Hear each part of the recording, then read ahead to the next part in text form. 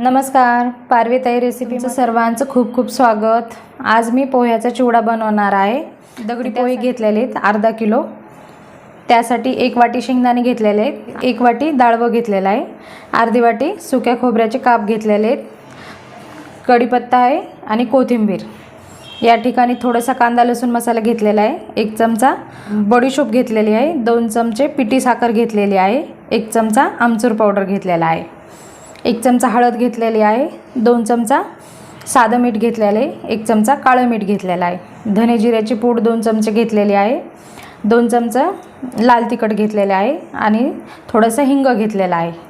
तर आपण साहित्य पाहिलेलं आहे। आता कृतीला सुरुवात करू। या ठिकाणी मी गॅसवर तेल ठेवलेलं आहे गरम करण्यासाठी। तेल खूप कडक गरम करून घ्यायचं, म्हणजे पोहे आपले चांगले व्यवस्थित तळले जातात। तर तेल गरम झाले का नाही पाहू आपण। तर या ठिकाणी तेल गरम झालेलं आहे। आता आपण यामध्ये पोहे तळून घेऊ।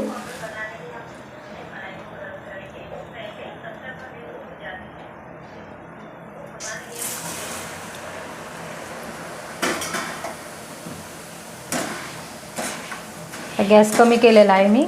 आता हे पोहे काढून घेणार आहे।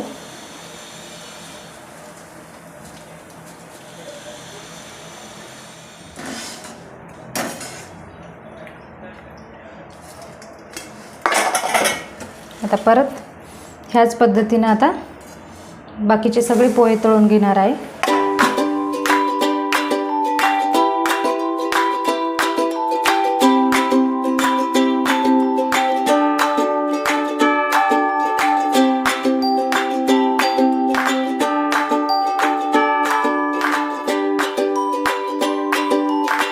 या ठिकाणी मी पोहे तळून घेतलेले आहेत। फुल गॅसवरच तळायचे पोहे, म्हणजे व्यवस्थित छान मस्त पांढरे शुभ्र पोहे तळले जातात। तर आता या ठिकाणी पोहे तळणे झालेले आहेत। आता मी शेंगदाणे तळून घेणार आहे।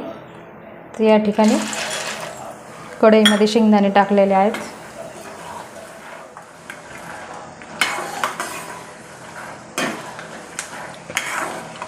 शेंगदाणे पण खूप जास्त लाल नाही तळायचे, तांबूस रंगावरच तळून घ्यायचे। तर या ठिकाणी शेंगदाणे पण तळलेले आहेत। आता शेंगदाणे पण काढून घेणार आहे।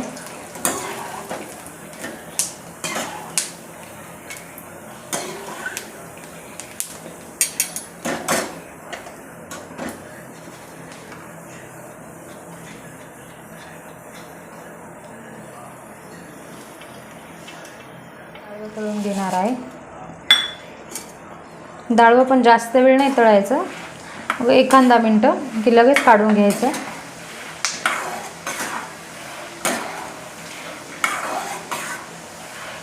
तर या ठिकाणी डाळवं पण झालेलं आहे।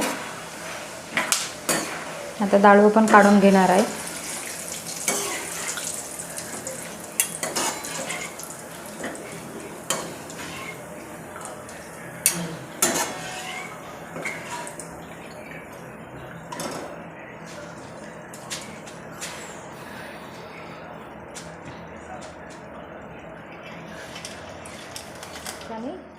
हे सुकं खोबरं तळून घेणार आहे।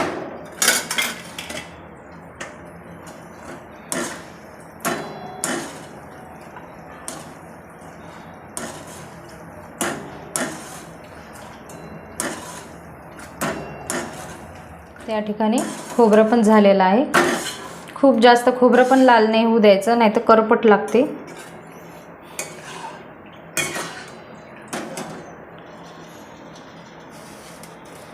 आता खोबरं पण काढून घेणार आहे।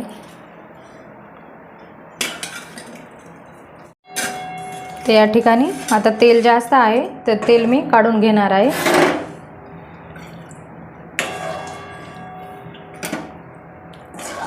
आता ह्याच तेलामध्ये आपल्याला कढीपत्ता तळून घ्यायचा आहे। कढीपत्ता स्वच्छ धुवून मी कॉटनच्या कपड्यावर सुकवून घेतलेला आहे। कढीपत्ता भरपूर टाकायचा, म्हणजे चिवड्याला खूप छान चांगला स्वाद येतो। ते या ठिकाणी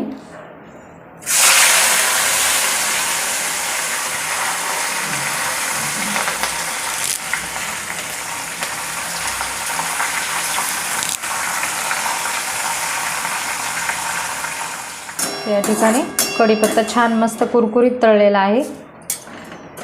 आता कढीपत्ता काढून घेणार आहे.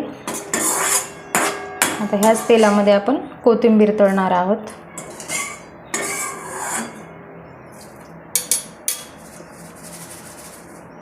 खूप मस्त असा कुरकुरीत झालेला आहे कढीपत्ता.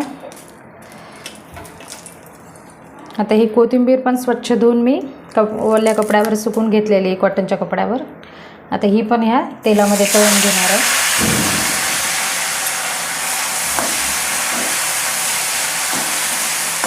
या ठिकाणी कोथिंबीर पण छान तळलेली आहे. कोथिंबीर पण मस्त कडक तळून घ्यायची, नाही तर मग चिवडा वातळ होऊ शकतो. तर या ठिकाणी कोथिंबीर चांगली तळलेली आहे. आता ही कोथिंबीर पण काढून घेणार आहे. तेल खूप म्हणजे गरम आहे. आता हे थोडंसं खाली उतरून मी याला थोडंसं थंड करून घेणार आहे. मग यामध्ये आता आपल्याला हे बाकीचे मसाले तळून घ्यायचे आहेत. आता तेल थोडंसं कोमट झालेलं आहे. यामध्ये आता हे मसाले मी चांगले तळून घेणार आहे.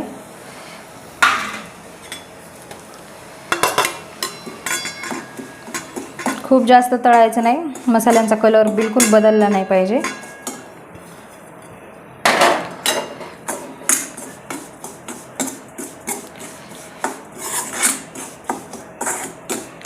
असं 1 मिनिट फक्त या कढईमध्ये, गरम कढईमध्ये मसाला गरम करून घ्यायचा आहे.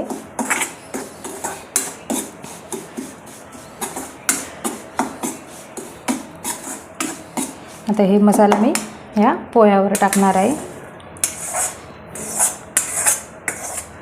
आता हे मिक्स करून घ्यायचं आहे.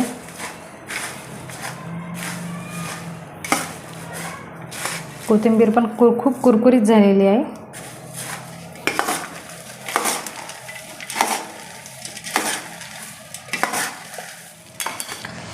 तर अशा प्रकारे हे सगळे मसाले मी मिक्स करून घेतलेले आहेत पोह्यांना. खूप छान असा चिवडा झालेला आहे. कलर पण छान आलेला आहे. खूप झटपट होणारा खमंग चिवडा आहे. नक्की तुम्ही करा. व्हिडिओ आवडला असला तर लाईक करा, शेअर करा. चॅनलवरती नवीन असाल तर चॅनलला नक्की सबस्क्राईब करा.